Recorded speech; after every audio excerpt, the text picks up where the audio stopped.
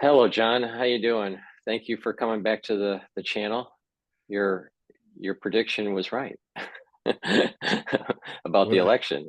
So, we'll go over that. mhm. And I just want to remind the audience, make sure you please click the link in the description box of this video and all the videos I've done with John. It'll take you to his website so you can sign up for his periodical and you can also sign up for a reading. And throughout this video, we'll remind you, some of those offerings. But please click the link in the description box of this video, and that will take you to his website. So, John, Trump won the election, and it looks like the Republican Party won the Senate, and it's very close to confirming the actual House also It's went 5 seats Republican. away, and I also predicted that Yeah. as well, that they would win the House. Yeah, so Um, it was a big night. So um, just remind the yeah, audience what you predicted, yeah. and we'll go from there. Little backstory. This what I've been doing. This is a 56-year winning streak now. I started when I was a teenager in 1968. And I started to just vibe it. I just started to see, well, I see Nixon winning against Humphrey with a very slim margin, maybe as slim as the one he lost to Kennedy, only he wins. And then it happened. And then so I started. So that was 15 presidential elections ago. And I have been nailing it every time. And I'm always thinking, oh, this time I'm going to lose. But I could just give you an idea. I think I even talked about it in the last shows we did. I know I talked on the 19th of September on Coast to Coast. So that was my big audience all across the United States. And I just couldn't help but saying, I'm not officially saying it yet, but I've been feeling since the turn of August into September, this feeling, because this is an empathic experience for me. I don't know how I do it, and I will never know how I do it. I just do it. Um, I get into a space that my teacher Osho initiated me to get into. So that was back in 1987 in India, and it's really I don't do anything at all. And in that space of innocence, things come to me.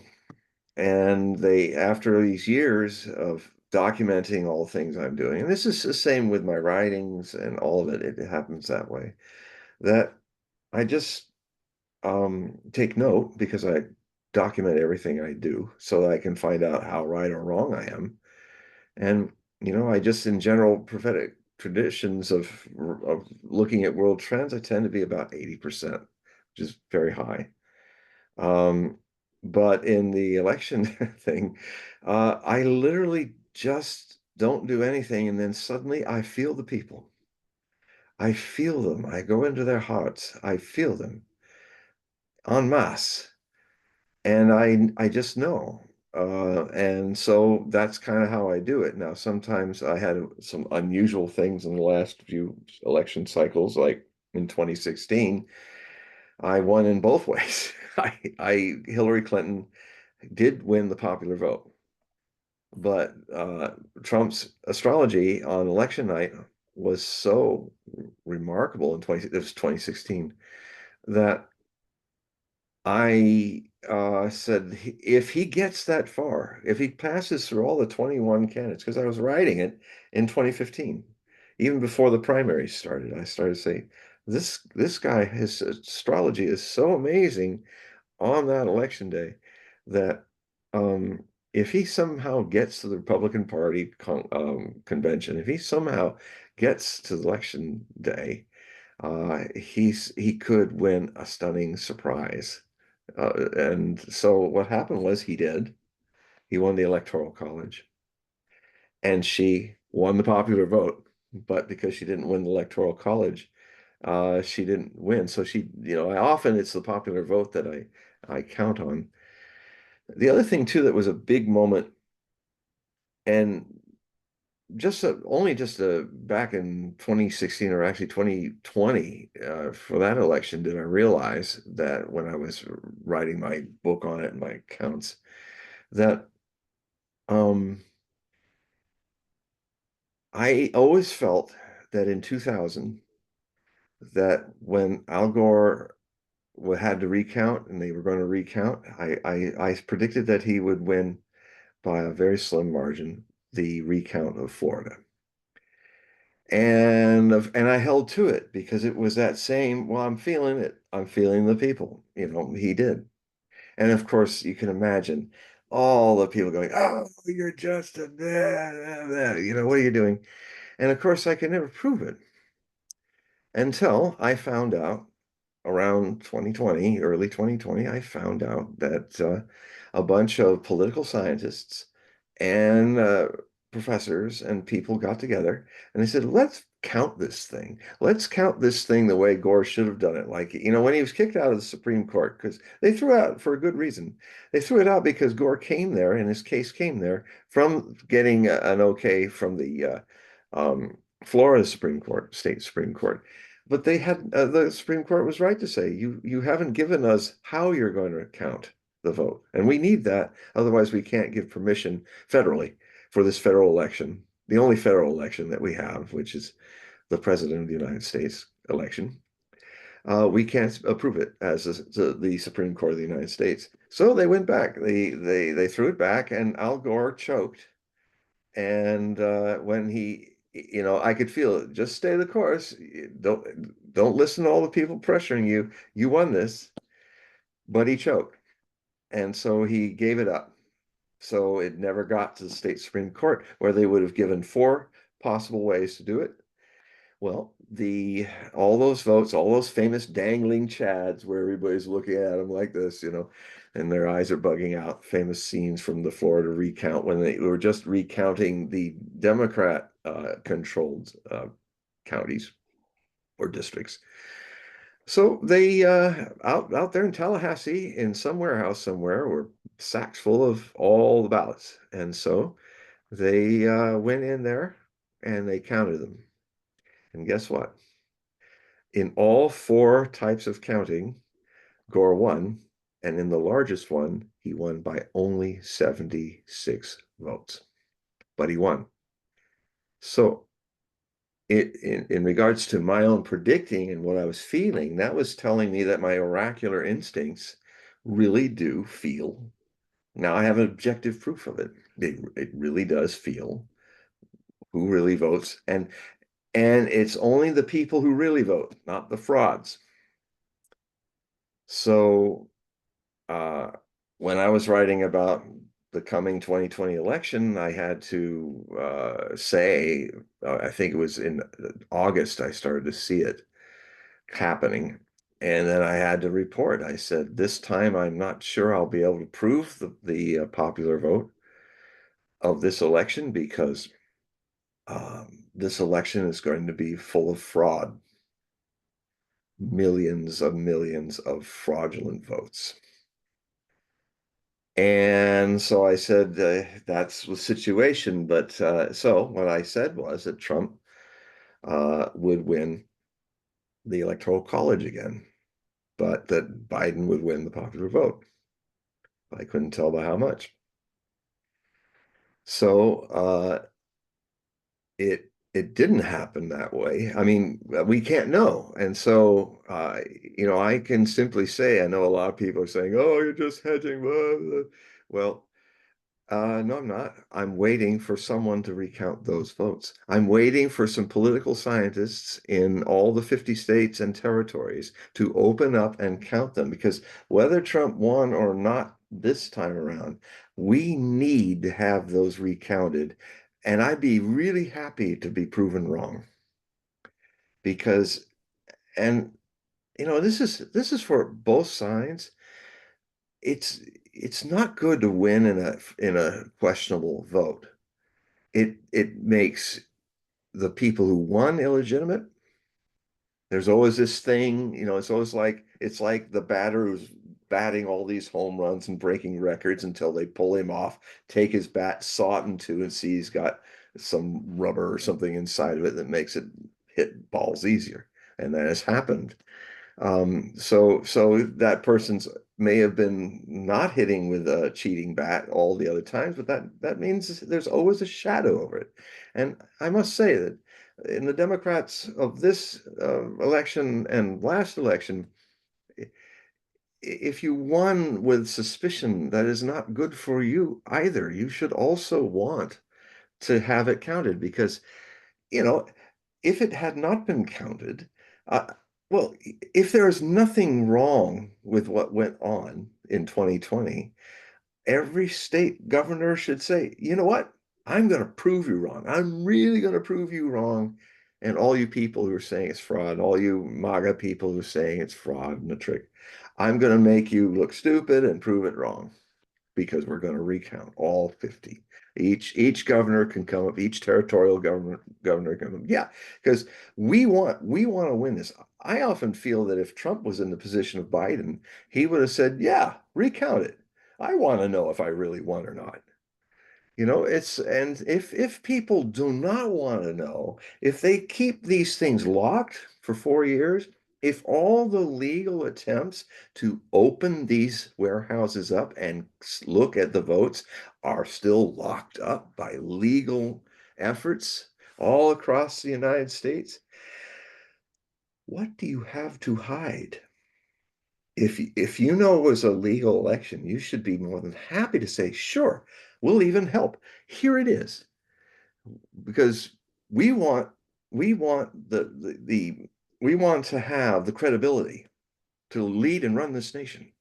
But if you put up roadblocks all through the last 4 years, that says to me that you've got something to hide.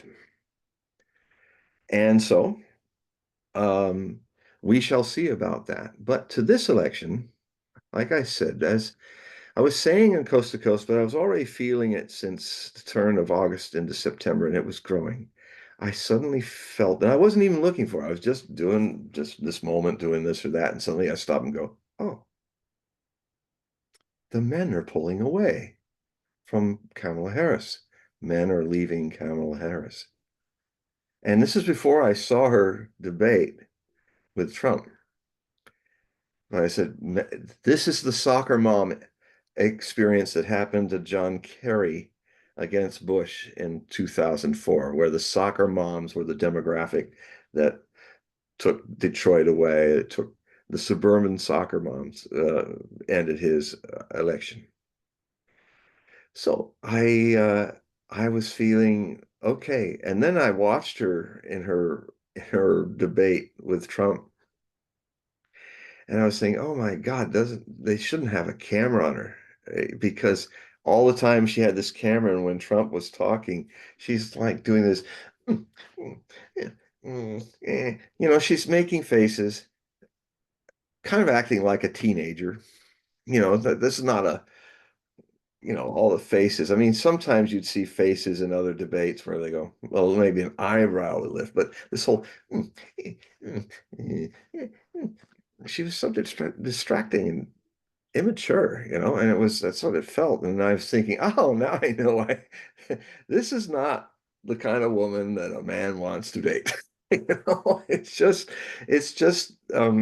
sometimes the gut feelings of elections, I'm sorry to say, are won or lost by a smile, the tone of a voice, the case in point, the first presidential election debate in 1960, there were three of them and they were televised first time across the nation. And Kennedy had theater sense. He came in, made up, looked nice and healthy. Nixon had just gotten out of his limo to do this thing in NBC, I think it was, or ABC. And anyway, he managed to hit his infected knee against the door knob of the car and cause him excruciating pain. So he was sweating more than usual on his upper lip, and he had no makeup on because he just wasn't savvy. He certainly got savvy after that. In 1968 is considered one of the greatest political campaigns. In fact, people are saying that Trump's campaign and its unexpected surprise is comparable to Nixon beating Humphrey in 1968 when this whole thing with me predicting started. And so uh so Kennedy looked great, presidential, and people saw it. And Nixon looked pasty, like a white sheet on black and white film, and he was sweating all over, so on his face, and especially his famous lip sweat. Um, and he lost that debate.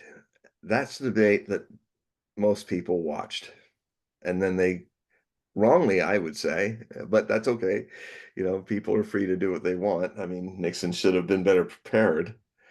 Um, you know, they didn't watch, most people didn't watch the next three debates where Nixon took Kennedy apart. I watched them and I was like, my God, he won the other three. Nixon did. But he lost the important first one, the first impression.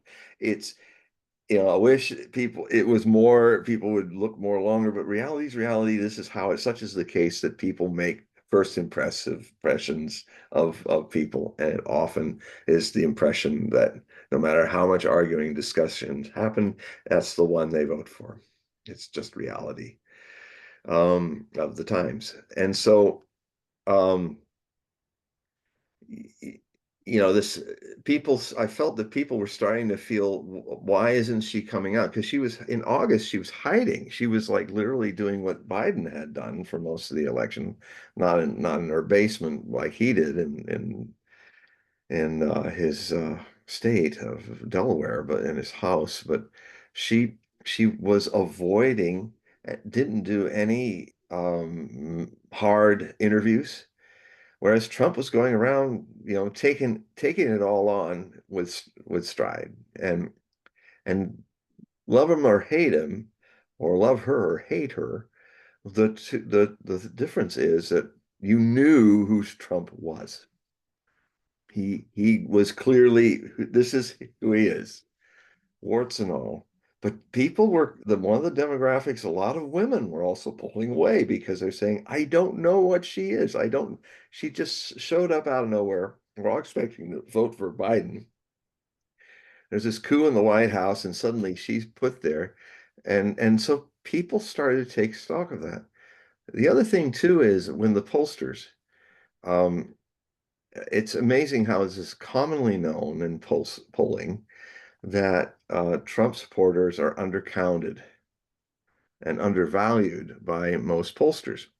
And they don't make it easy because there's so much Trump derangement syndrome, and a lot of them don't want to talk to pollsters because they don't know if this person's going to show their name to somebody in the town like their boss and they get fired, because that's happened with MAGA people. So they're a bit reticent to talk about it. But there's a South Carolina named Crowley. I think it's Atlas Pollsters. I'm not sure about the name, but he's one of the few that does not undercount the Trump supporters. He had an unusual way of doing it.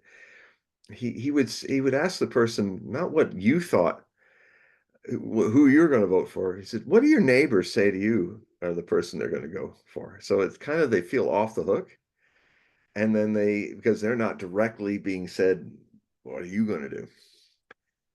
And so then they talk like canaries. It's like, oh yeah, well, I got my neighbors, everybody seems to be voting for Trump this time. I mean, I even had a little experience of that. I live in the deep blue southern end of Whidbey Island in the village of Langley, and the upper side is red, up in the Oak Harbor area, and I was in a line at the local Star Store with other people in the line talking about stuff. And of course, people know about what I do with the predictions and all. So usually they start I don't talk about it unless they start the conversation.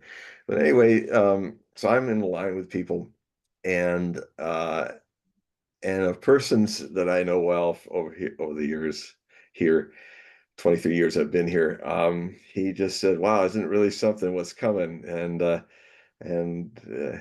you know, And he basically said, I'd like to tell people who I'm going to vote for, but people get so upset that uh, I can't because I could lose friends and all that. And of course, it takes no Nostradamus to figure out who he's planning to vote for because nobody's saying that about Kamala Harris in our town. And so I said, I kept it in code. I understand who you're voting for, and I'll just tell you this. Uh, it's going to be a landslide. This is just a week before the election. And he was like, really? Yeah, it's going to be a landslide. Um, and uh, and not only could that candidate win a landslide electoral college at low 300s, beyond 270 that you need, between 320 to 330. That's my calculation. That person will also win the popular vote as well, leaning towards 3%. So, and that candidate's going to take the House and Senate. And that's the message I'm getting. And I personally, even then, was like, God, I'm really going to lose big. At least I'm going to break this streak losing big, just a real bomb, because personally I thought, but I sometimes talk to it and I say, are you sure? And the whole presence of us going, mm-hmm. So, okay, it's too many years at it, so I trust it, even though I don't agree with it. Um, so, so of course, a few days later, what happened is that, and I can say just before we got on the show, I did my last take. Now it's official that all I said he would win. Um, I said after the election that he would win all the swing states, that were all up for grabs. And Arizona finally came in and declared Trump.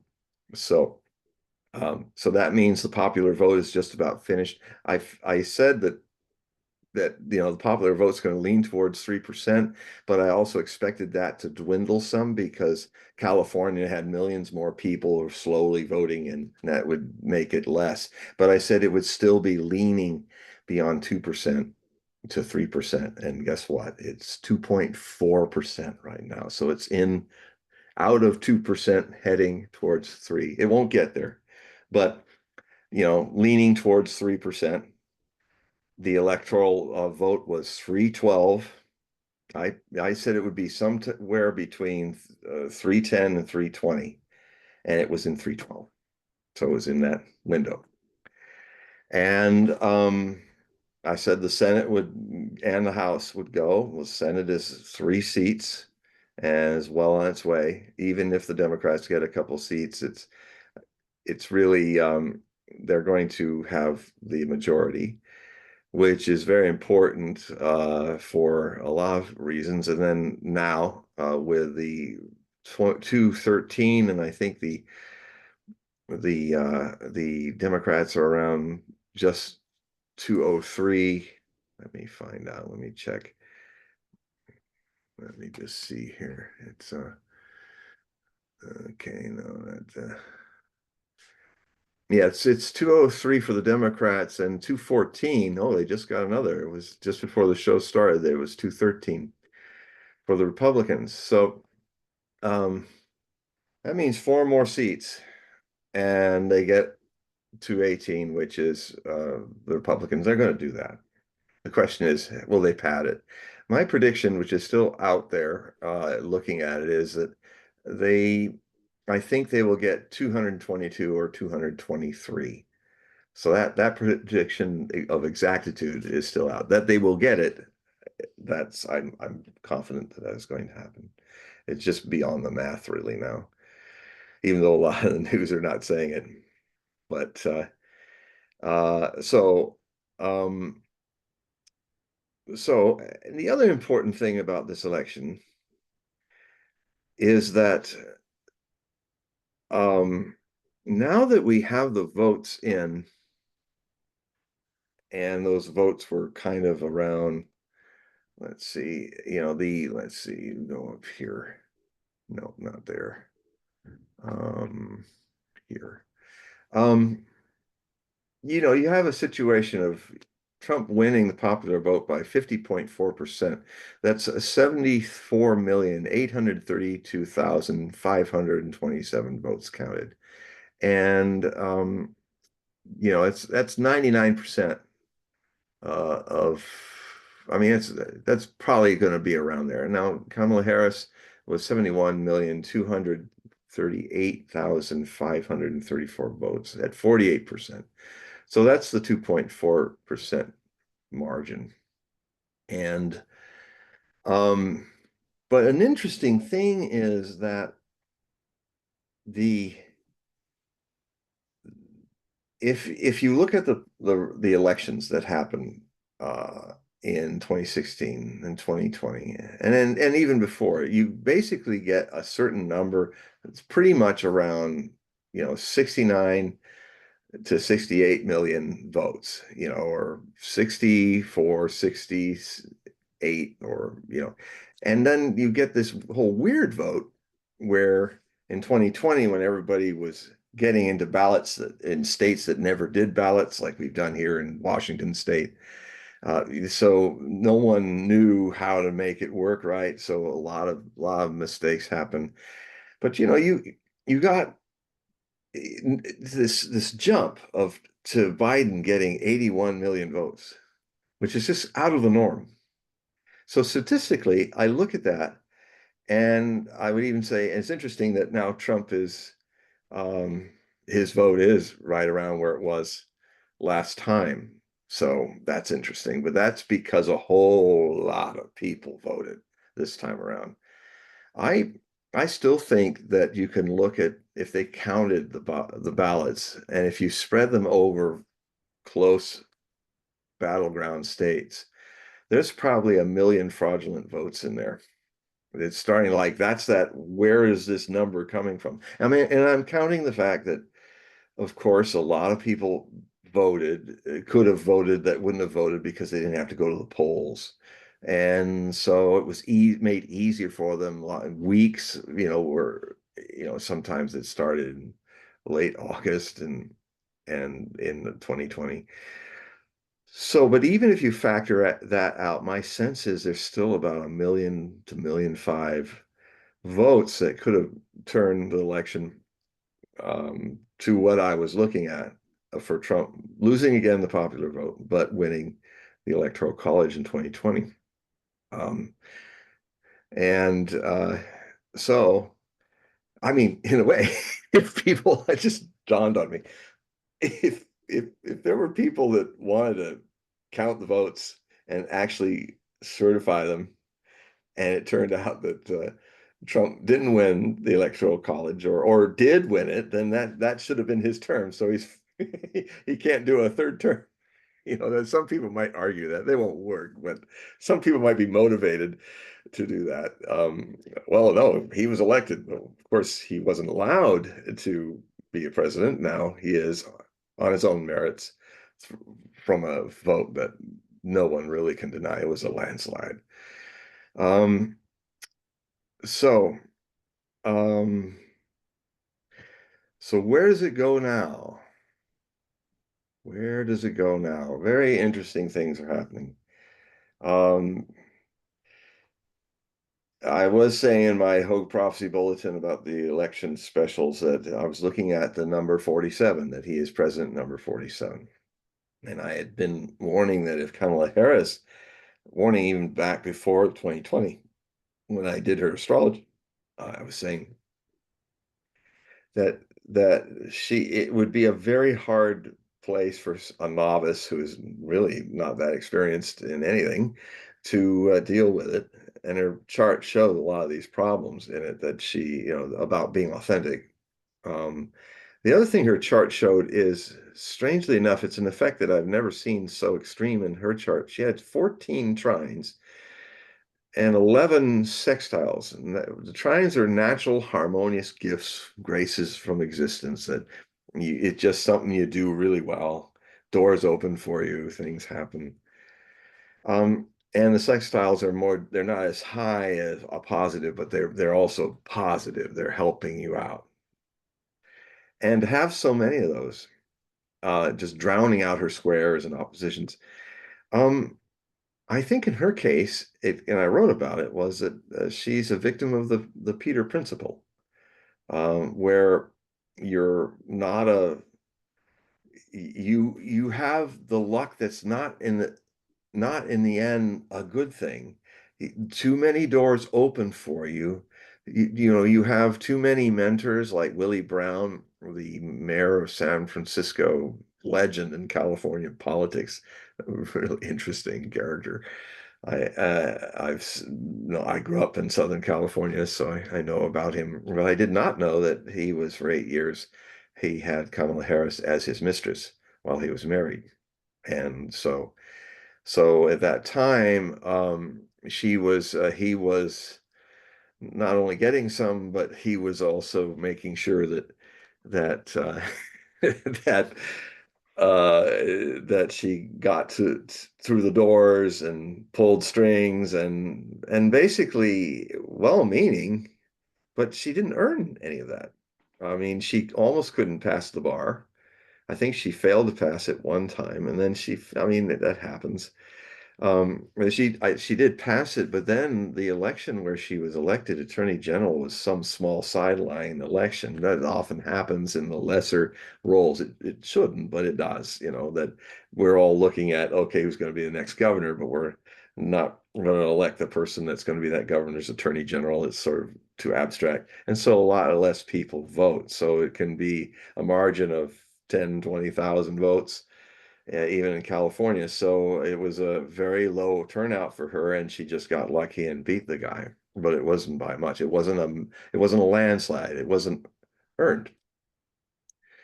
So you know, similarly, she rolled through because California is so blue, the bluest state out there.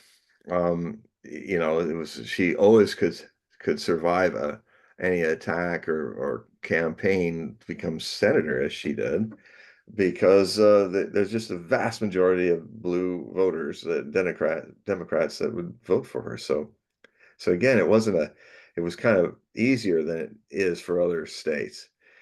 Um, so she ends up um, she tries to run as president in the beginnings of the primaries, the Democratic Party primaries in Iowa, and she was getting ready to go to Iowa and cast her name in the ring. And then in 120 seconds in the first debate, um, Tulsi Gabbard, who was also running as a Democratic candidate for president, uh, completely deconstructed her in public, stated all facts about her life as a as a as the head justice of California and how um, she even put parents in prison and jail for truancy. And the video's all there. I mean, I've watched the videos when she was saying that. So people were, and there was a famous situation, a real scandal where the mother was arrested and put into jail. She had a daughter who had a disease, um, immuno disease of some kind, and so her Kamala Harris's detective goons just came in there and black person, black daughter, and said, your kid has not been in school for 3 months. And of course, well, he said, if you look at it, the reason why is she's in the hospital, and it's not that we didn't want it. She's in the hospital. She's sick. They didn't care. They arrested her. And then she had to fight it for years. And her kid got better, it's now grown up, but it was just terrible. This was happening to a lot of people. She's one of the few that sued the government of California and won. But there were hundreds of people that were taken out of it. Talk about being pro-family and all that. You break up families. So that's just one. And Tulsi Gabbard was going, you did bam, and Kamala Harris you know, you want to be in the political arena, you better have a spine. You better be able to come back at it. It's a tough business. And she was just kind of going, and then she didn't push back at Tulsi Gabbard. And then the next day, she made a statement to the press, because the press was like, "Wow, Tulsi really had you for dinner last night." And she said, "Oh well, when you're a primary candidate, as I am." Remember, she's untested. She hasn't had a single vote yet, but she's now, because I am, you're going to get people that are farther down that are going to try to take peace out of you. And then I think a few days after that, she quit her campaign because in the end, she couldn't get 1% approval. So she entered the Democratic primaries and caucuses without winning a single vote. So here again, these trines, don't worry. Don't worry. Yes, you're a mediocrity, but all these trines are just going to keep opening doors for you. And what happened then was a new mentor, not somebody she shared a bed with, but a new mentor, an even more influential mentor, Barack Hussein Obama, who saw her as his vehicle to be that third term that he wouldn't officially do, but he would do by pulling the strings behind the scenes. And so he picked her. In fact, he had not done any king-making stuff since his presidential period in office until the towards the beginning of that primary that Kamala Harris had left with less than 1% of people even knowing who she was. And that any other person that would be okay. Maybe she'll go to work with McDonald's like she didn't do after that. But because there's no record that she worked in McDonald's at all when she said she did. So well, maybe there is, but no record is forthcoming. That's all I can accurately say. It seems to me that there would be somebody she could find and corroborate her experiences. She must remember the McDonald's that she worked at. They could have sent a crew and talked to those people, but no, none of that was done. However, Trump took that around and put on the apron, and for a whole shift, he was working at McDonald's, learning how to do the fries and not touch them, always giving a little extra, and and handing it out the front through the pay window, and waving. It's just like what happened when poor Joe Biden had one of his senior moments and just said, he's just him and his people or supporters are all garbage. Of course, I don't think, he's a Scorpio and I'm a Scorpio. And Scorpios, Linda Goodman used to say this about Scorpios. Everybody always wonders what's really going on behind those Plutonian eyes. There's a bit, they can be kind of there and nice, but there's something else behind. And that happens. But Scorpios can see through the other Scorpio's mask. It's just the way it is. Scorpios can't hide anything from another Scorpio. Um, Biden's a Scorpio, and he has a lot of stuff in the 12th house, like I do, but different things. But I just took one look at him and said, you know what? And good on him in a way, because he was taken out of office not by a bullet, not by election, but by Barack Obama, the person that brought him in, well, helped him win in South Carolina in the primaries. Uh, and there was so what he did is he went to Ray Clyburn, or Mr. Clyburn, who's a head of the Black Caucus in the House of Representatives, a very influential man in South Carolina. And so he said, get the black vote out for Joe. So he called him up and said, and he did. And Joe won with a lot of string pulling and get them out to vote. He won. And then immediately Barack Obama started calling all the other candidates and promising them positions in the cabinet of Mr. Biden, as if he was the boss. And that's why Buttigieg left and all these people left. And then Bloomberg was convinced to also leave with some kind of payoff for that politically or something. And then within a month, the only two people that were left were Tulsi Gabbard and Bernie Sanders running against Joe Biden. That was all Obama's doing. All those people got out. So he's literally tampering with elections. He's literally the millions and millions of Democrat Party members and even independents in some cases in some states, if they wanted to vote for somebody that they don't, even though they don't belong to a party. Um, it suddenly Obama steps in and his vote is more important than all those millions of other Democrats. And eventually Tulsi left, and eventually Sanders left. And so it was by a call by phone, it was election victory by phone call, but at least Biden got a lot of votes. Um, and then the pick was Kamala Harris will be your vice president. So what this is saying is that then, with the questionable election that's happened, once again, Kamala Harris, with all those lucky trines, rather unluckily got her again without a vote cast for her in the primaries. Very undemocratic. This is like the Soviet Union does this. When the Soviet Union existed, people were appointed, and then people had to go through the motions of voting for this one party and its one candidate. That's what the Soviets used to say. Oh, yes, all our people come out and vote.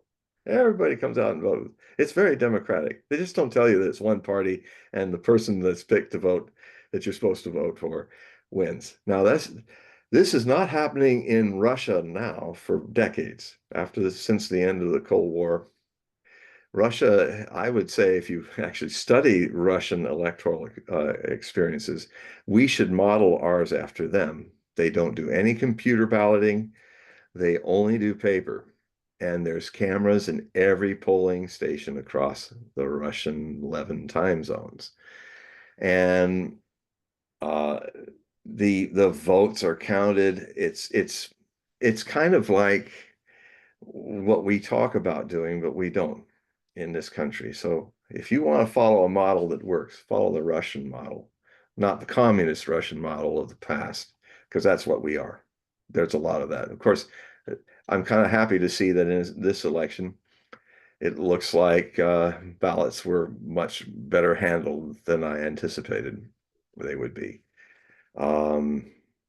So here you get somebody is now the vice president of the United States who never won a vote until she was chosen to tag along with Biden.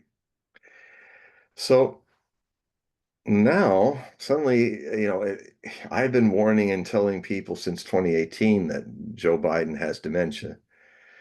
And it's interesting because a lot of people who are kind of in both sides of the parties of this have been saying, well, I remember he had a problem in 2019. I remember in 2020.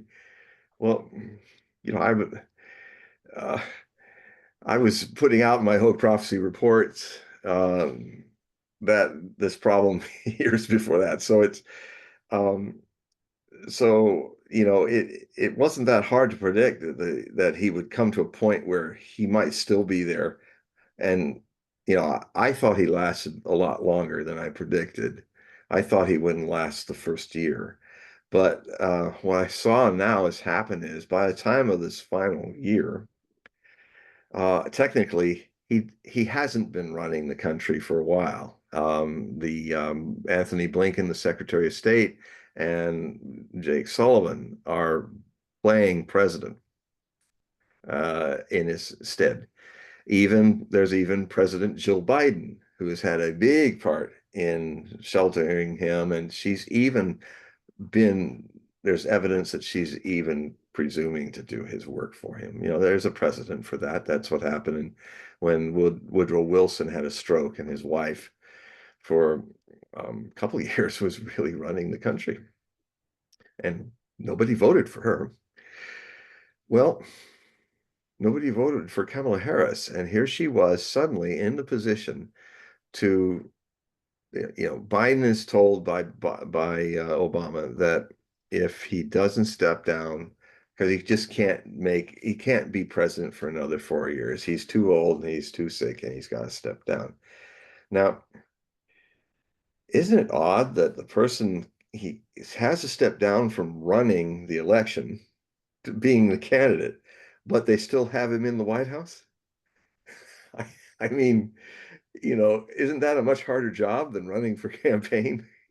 And he's got dementia, and so that's just not why they did it. So that means you have a delayed campaign. So now Kamala Harris gets $1 billion, and the campaign, it's starting to come out. The campaign was a train wreck from the beginning. They squandered $1 billion on trying to attract crowds to celebrity meets, so some with a concert or something like that, so that she could desperately fill up a big stadium like Trump does. Only he does it by just opening the door. Um, and so a lot of big stars got lots of money. And she's now, I think, $20 million in debt for the campaign. And there's a lot of blame going back and forth, but long story short, she didn't know how to run a campaign. So here's those trines and those sextiles. Bring a person where few people go. It's like winning the lottery in a way. You win it and you win it and you win it, and then suddenly you're a millionaire, but you don't know how to manage your money and you lose it all. That's happened to many people who won the millions. Ironically, one of the shows I saw Trump do before he was still doing Celebrity Apprentice. He used to do other things where he did this one special where he talked to people who just won huge amounts of money, and he advised them how, yes, be generous, but always be sure that you don't become too generous. Be balanced with it, or you'll lose it all. But you know, and Trump has some authority to say that, because really it is actually true. He does these random acts of kindness ever since I've been watching him, since 1991, when my oracular instincts told me I've got to watch this man, this crazy man, um, this New York bigger than life, carnival barking real estate guy. Well, and the energy was, watch him because he survived the real estate crash in 1991 in Manhattan Island, and toughest real estate arena in the country, if not the world. And you know, his father, when he gave him some millions to start himself up in business, wanted him to do buildings in Queens, where his dad taught him the ropes of the industry. And his dad was very much against him, said, no, no, Dad, I want to go straight to the big ones. I'm going straight to Manhattan. And he said, oh, God, you're going to lose it. Well, he didn't. He did get in trouble with the casinos in Jersey City and all of that. But how he got out of debt and out of the problem, that's when my attention leveled on him. And I found myself watching him. I mean, I have a lot of things going on, but it's not like I'm just living watching Trump. I have many people that I'm doing this with, and things that I do, in this reading of the world stuff that I do. But anyway, he was one of the people I was watching, and I watched him all through the 90s. I watched the Apprentice and Celebrity Apprentice shows, but I made a point of not. I didn't care who won or lost. I just wanted to see how he handled them in their boardroom scenes. So I watched all the boardroom scenes. And I was saying, why am I watching this guy? You know, and then he starts talking about he wants to run as president. And I said, oh, maybe that's the thing. Maybe he is going to run for president. Maybe he will be president. So, so anyway, in his chart, he's earned it. He's had to fight hard and earn it, make mistakes, learn from them. And so it's just too bad that she has a chart that, I mean, on the rare times when I have people that have so many trines in their charts, it's often when I'm talking to them, I'm looking at their chart, I almost know what they're going to say. And they say, well, how's things going? He says, well, it's okay. Everything's kind of fine. I mean, I have a good life. Things kind of have come to me and all that. And anyway, so I said, yeah. And so you feel kind of blah, don't you? Yeah, that's right. I do. It's sort of like, I don't know. It's like things are good, but it seems like I'm missing something. I said, yeah, you are missing something. You're missing your squares and your oppositions. They're in the chart, and we're going to try to give them energy because those are what you need.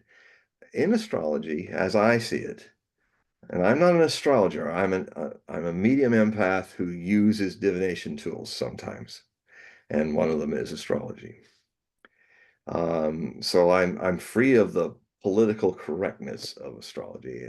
I can say things like this, and I think they're true. That people will always look in astrology at, oh, trines, wonderful, that's always good.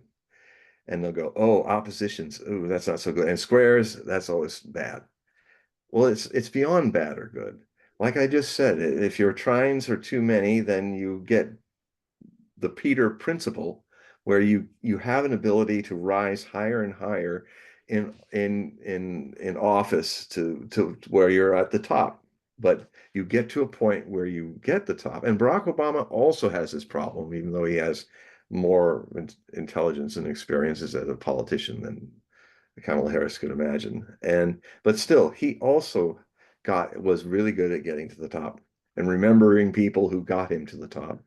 But in the end, when he got to be president, his son Neptune Square, which also George Bush had, which makes you delusional when you've listened to your gut, and what your gut is telling you is wrong, but you think it's right.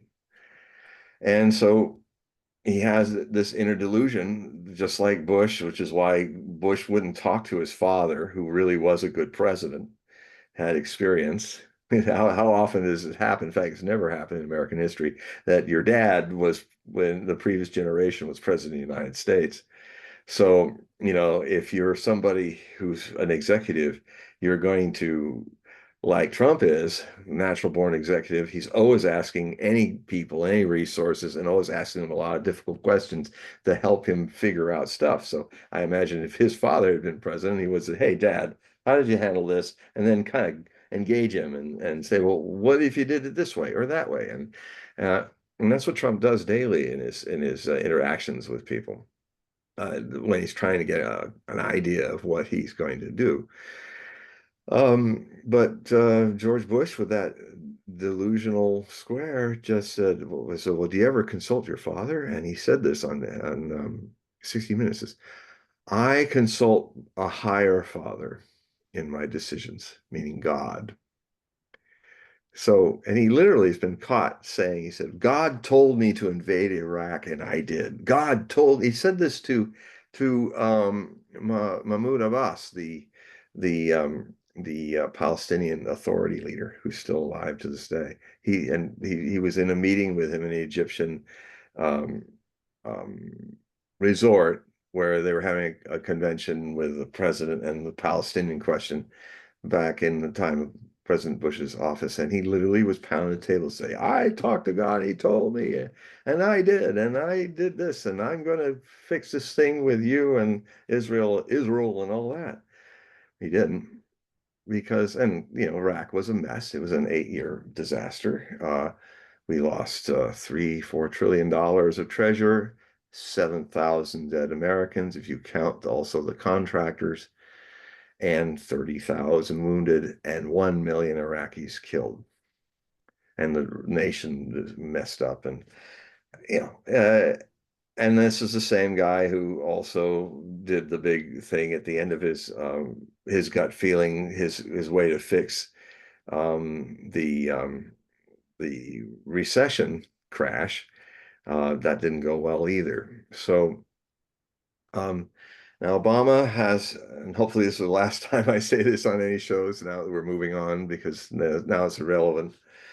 I think Barack Obama has now lost any chance to do his third term, possibly for 12 years, if the Democratic leadership doesn't really sit back and look in the mirror and say, how did I screw up?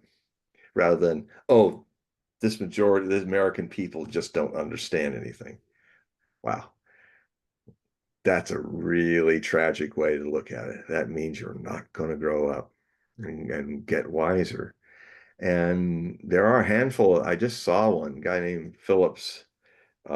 He's one of the congressmen. I don't know much about him, but I'm going to watch him because he could be one of the, I think he's in Florida.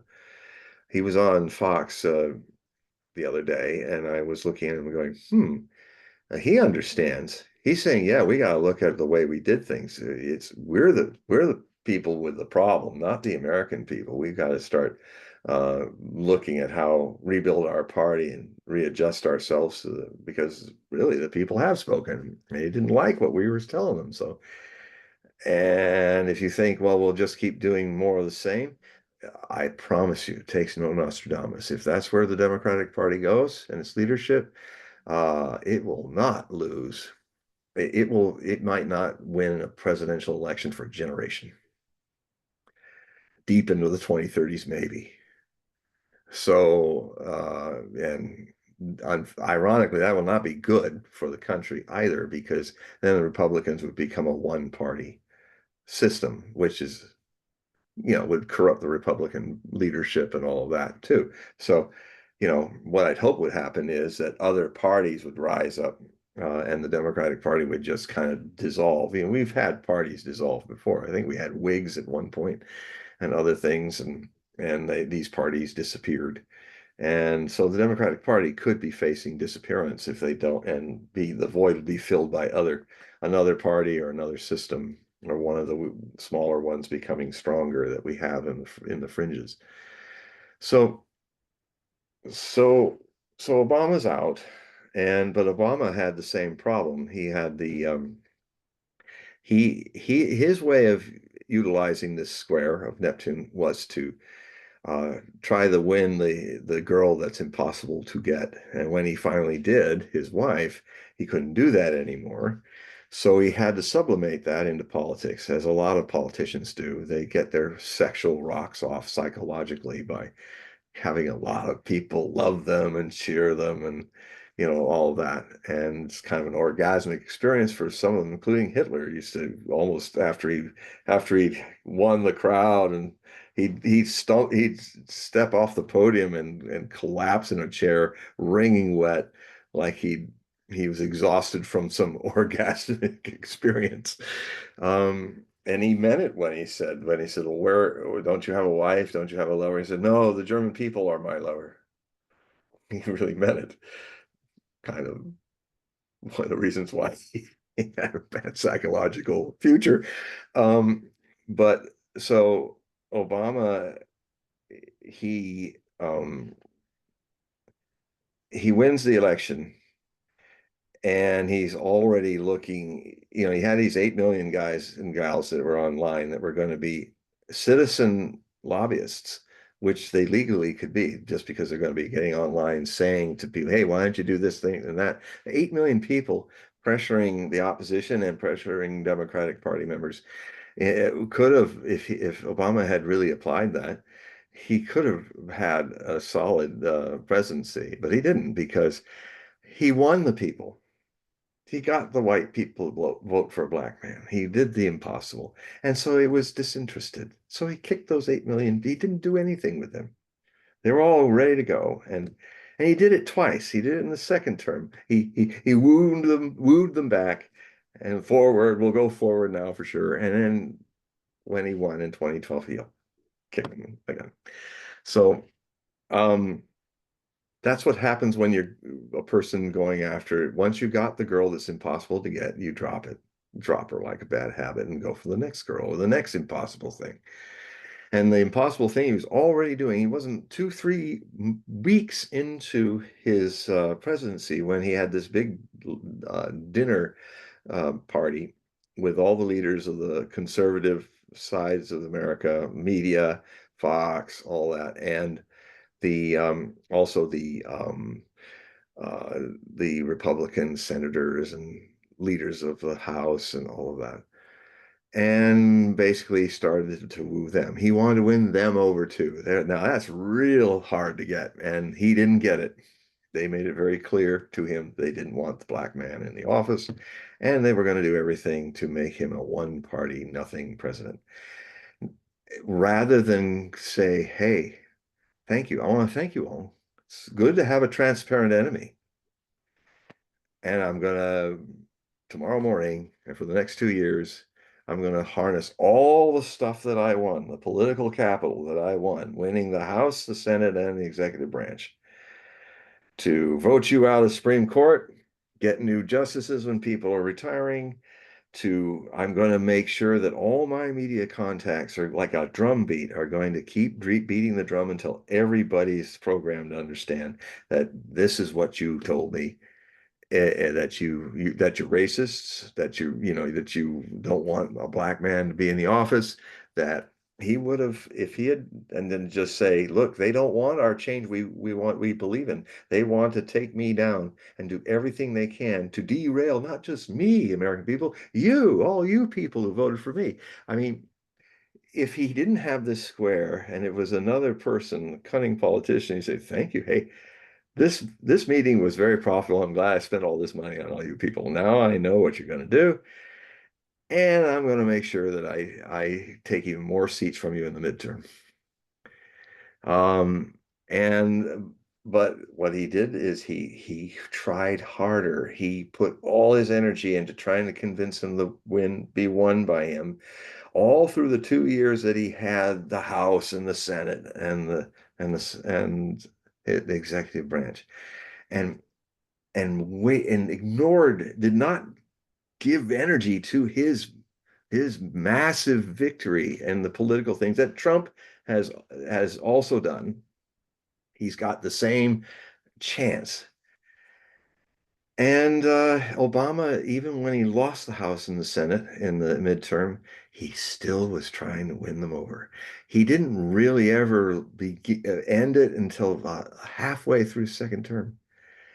That is the delusional tragedy of Barack Obama. The other is that he has this delusion that he can be a puppet master so he picks somebody who is inexperienced, and he's going to use that to his advantage, because clearly I can't imagine he could be that blind, even with this delusional issue, to really understand that Kamala Harris is an empty person, an empty pantsuit.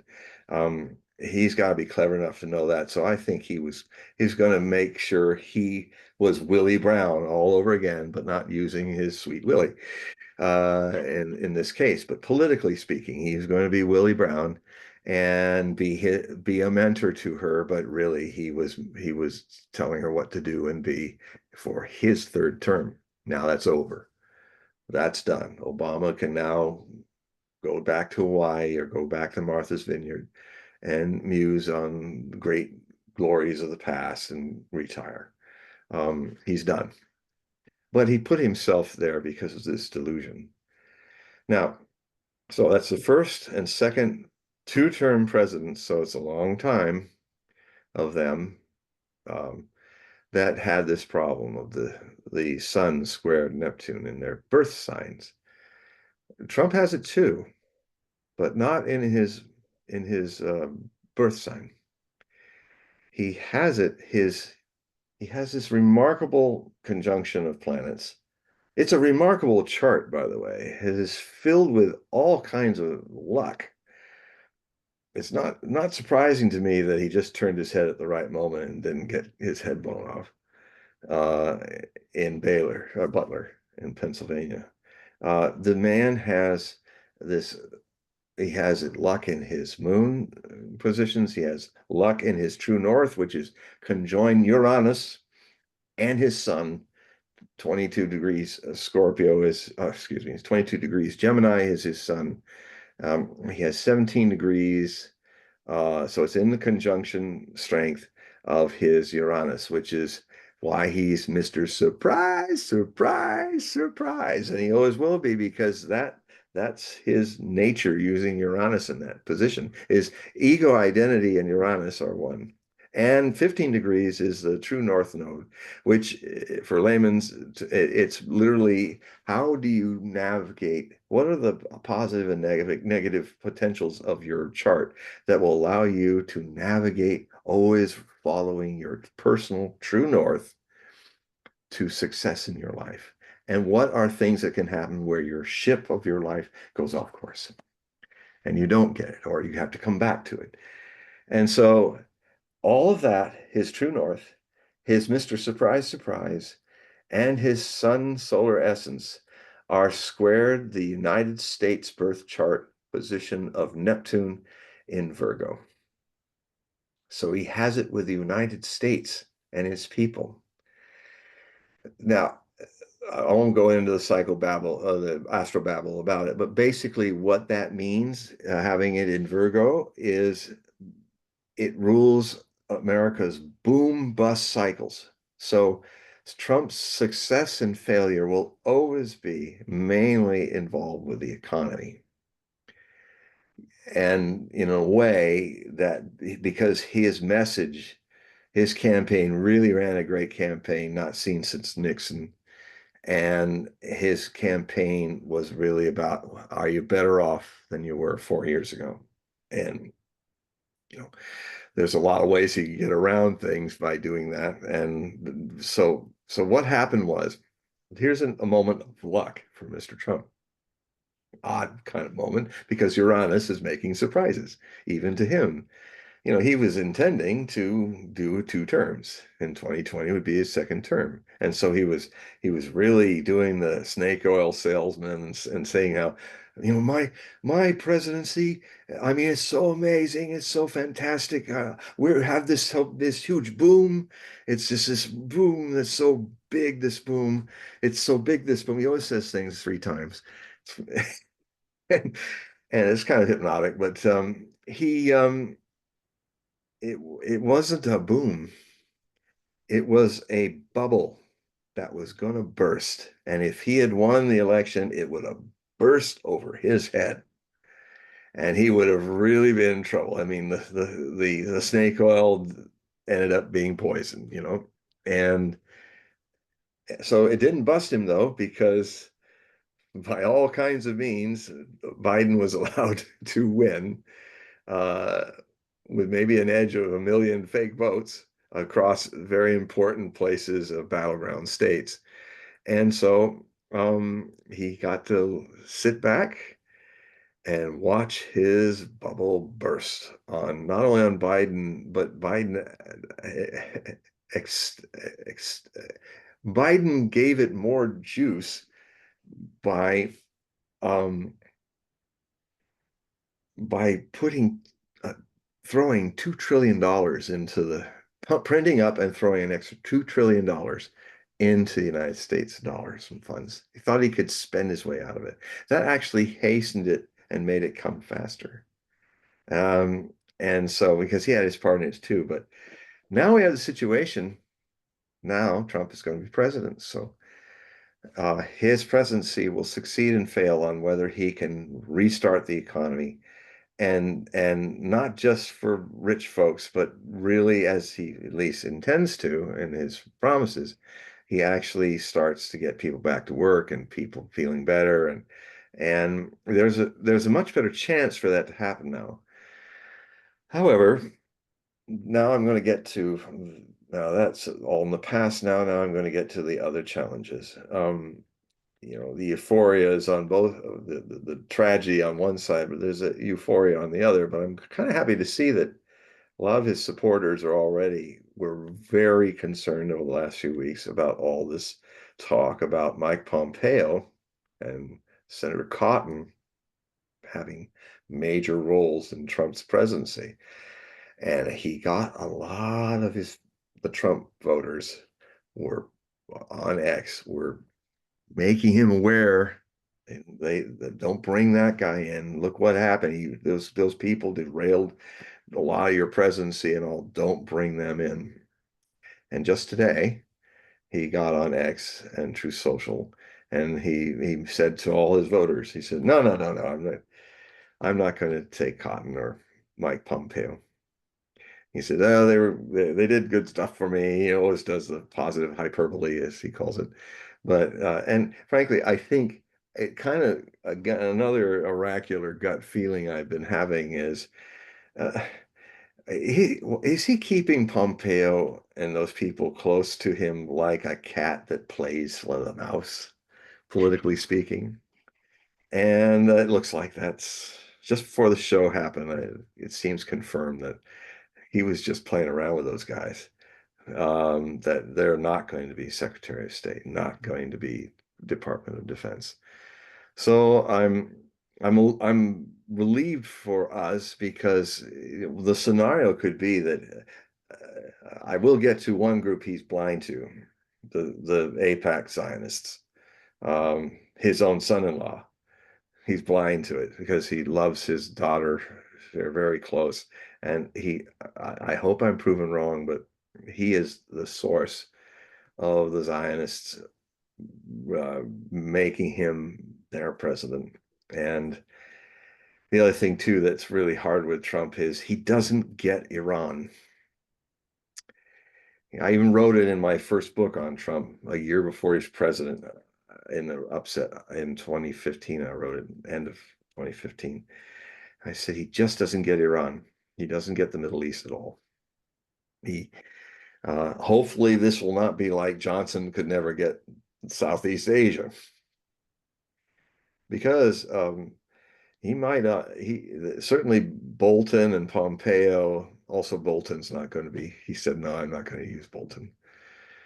Um, Bolton and Pompeo tried very hard to get him, talk him into not one but three new wars with Iran mainly, which would have been a complete disaster and could have pulled in China and Russia and been a nuclear crisis. See, so his luck, it saved him from having to face his bubble boondoggle in 2020, and it also saved all of us and his presidency by just the last minute. He is war adverse. This is true about him. He's not somebody that wants to start a war. He's a transactional fellow.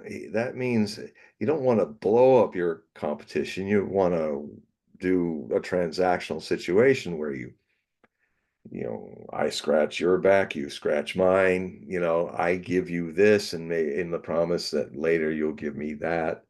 And I mean that transactional is a dimension of politics as much as economy and being a wheeling and dealing kind of person. But the best way to win him over is transactionally. But he's going to have a very rude surprise if he starts engaging. Hopefully, they're already doing it in back channels, engaging Putin and Russia and Lavrov, his foreign minister. They really have a very naive, even childish idea of what's going on in Ukraine. But they're going to get an education.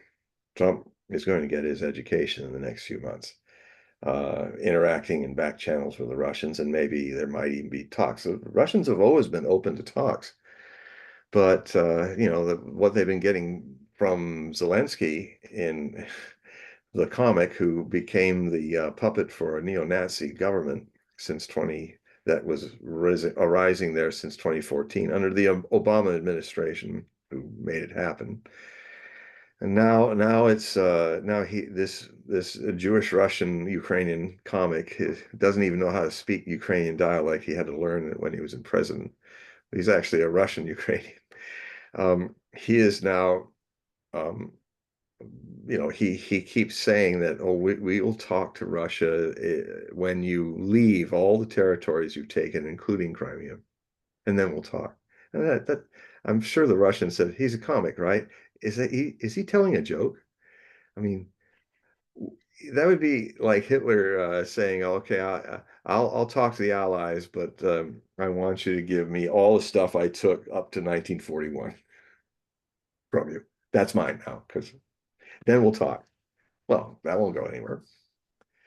And so the Russians are saying, you need to understand that we are winning this war. as I predicted they would be winning it a year before it happened even. We are winning this war, and we're in a much more powerful position of strength. I mean, this would be like if Hitler was trying to negotiate an end to World War II in 1945 when he was losing on all fronts. Eisenhower and Roosevelt and all Churchill was said, sorry, it's too late. The only thing we're going to, and they said this to him, the only thing we're going to accept is your unconditional surrender. That's it. And basically the Russians are saying that about the situation. Now they've put out some interesting things. One of the things Putin publicly put out was if the Ukrainian armies wanted to ceasefire, this is what we're open to. Um, you stop fighting, you leave the Russian-speaking provinces that we have subsumed into our nation because they voted for it. These Russian Ukrainian states had enough of the Nazis. That means Zaporozhye, Kherson, and the Donbass, Lugansk and Donetsk. All your armies have to immediately withdraw from those borders where you are still in those areas. And then we will begin a negotiation. But you have to cease fire and immediately withdraw from those 4 provinces. So, and that's about as generous as the Russians are going to get, because they could very easily, and I think they will do this, they will take Sumy, they will take Chernigov, they will take Kharkov and Poltava and everything east of the Dnieper River, maybe even Kiev, they might take it. See, the thing that 2 of those 4, Kherson and Zaporozhye, have actually a sizable amount of their oblasts, their provinces, on the right bank of the Dnieper River. So that would give Russia a bridgehead over the Dnieper River as well. So it's probably, I mean, Putin really wants to talk. In fact, he talked. You don't hear this in the Western press, but he spent years after 2014 trying to use the Minsk agreements 1 and 2 and tried to create a situation where Ukraine would stay, except for Crimea. That's always been a Russian province, and except for since 1954 up to 2014 when Khrushchev put it into Ukraine. But he never dreamed that the Soviet Union would collapse. But it's a for 3 centuries it's been a Russian province. Almost all the people are Russians, and some Turkic people also there. So it's not a Ukrainian state. I remember when that didn't go back to Russia in 1991. I wrote notes in my file system. I said, if ever a 3rd World War will be started, it'll be started over Crimea. And because if Ukraine keeps Crimea, you keep Sevastopol, you keep the base where the Russians have their fleet, which means if they surrendered that, the European nations in the Crimean War tried to take it by force, because that would then mean that the Black Sea becomes a Western European pond. And that would be right in the soft underbelly of Russia. So the Russians aren't going to do that.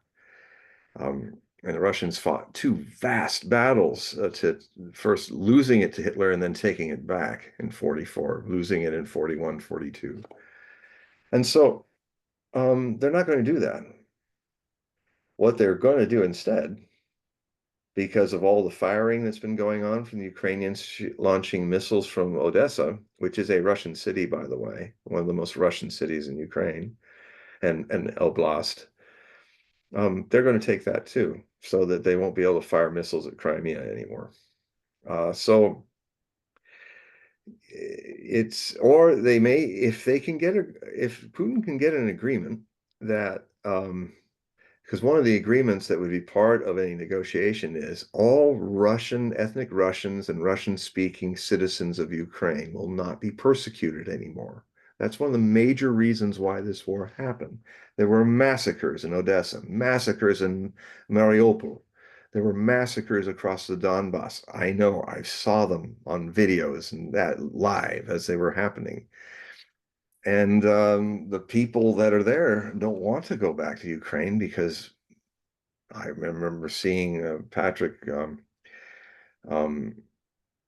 this American fellow that Patrick Lancaster that does one of the best war correspondents there. He's an American. He has a Russian wife and he kids and stuff, and he ended up staying there and reporting on it. And I've seen hundreds of hours of people in the Donbass saying, well, they just want the industries here. They don't want us. They hate us. They're killing us. They just want, they've been all these years since Ukraine started as an independent nation. All that Kiev has done is just take everything from us and not give us anything back. And you can see the whole place is run down because they'll use our coal fields. They'll use our heavy industrial centers that used to be the heartland of Soviet Union. They'll use all of that. But they don't want us. They want to kill us because they're constantly bombing them and massacring them all those years. And then finally it got to the point where it provoked Russia because the Ukrainians were going to start a major offensive in February into early March of 2022. And they were already gearing up with the artillery and they had all that NATO training. These 350,000 Ukrainians were for the last 8 years trained and aided and even infiltrated by NATO officers and men, but many of them mercenaries, thousands of them. Finally, the Donbass people saying they're getting ready to ethnically cleanse us out of here by force. And even Angela Merkel and even President Hollande of France, in their interactions with Putin on the Minsk 1 and 2 agreements, finally openly admitted publicly that they were only shining the Russians on, that they never intended for peace to happen, that they were not going to be guaranteeing any of that. It was their role. They're supposed to help guarantee that. No, they said openly, we were just buying Ukraine time so we could train them to NATO standards and they go to war with Donbass. And the Russians had the plea of all these millions of Donbass people saying they're coming to get us and massacre us all and send what's left, millions, into Russia. Well, the Russian army responded and preempted that offensive. That's how this war began. You will not hear that in the Western media because it serves the interests of this country that are not the truth of what's really going on there. So I'm giving you this backstory because, and the other important backstory that I have to give too is now we come to Trump. So that's one thing Trump's going to have to deal with. And his people are going to have to deal with a narrative that they're running into negotiations with, which the Russians are going to rip apart and hand them back to them. Say, start all over because we're not going there. If we don't get, we are winning this war, so we don't even have to talk to you. But we want to make some solution. We're still trying to resolve this thing without having to go to the war destroying Ukraine. But if you keep coming back with crazy ass stuff that's just not reality, we will keep advancing. And even if it takes us, we don't want to take the rest of Ukraine, but if you give us no other recourse, we'll go all the way to the Polish border. We don't want to. That would be a heavy burden on us. Uh, so, so, and there's people in America, some rather dark sources in the CIA and other places that probably think, let's get them bogged down and all the way in Lvov. Let's get the Russians have to actually occupy all of Ukraine, and then we'll grind them down that way. So there's a force of people around Trump's ear that would probably like to say that, the neocons. And Trump made a point, was just one of his carnival barker moments, I think, because he was saying to his crowd, says, well, if they do this, if they don't stop the war, I'm going to I'm gonna just flood Ukraine with all kinds of weapons. If he isn't just BSing for the crowd, he's going to soon find out that America has given all the weapons it can strategically give to Ukraine. And if it gives more, then the United States will not be able to defend itself. More than that, he's hopefully going to learn the very sorry state of the military-industrial complex. It gets all this $1 trillion. If you count all the other agencies involved, they get $1 trillion a year. Lots of money. And it's amazing how little of that has developed good weapons, a stockpile of millions of shells. Um, a military force that is which now currently can't make its quotas for volunteerism, so they're actually mothballing a lot of the U.S. Navy because they won't have crews. They're going to have to downsize a lot of the armored divisions and things like that because they don't have men and women who want to join. And now, just recently, the standards for being drafted are like 60% worse than they were before. They're going to take people who have illnesses, that are obese, that are, can't run a 5-minute mile. Um, and basically the quality of the forces will decline. And at a time when Russia is now building a 1.5 million man army with 800 to 900,000 of them in Ukraine, and the Ukrainian army is starting to fall apart.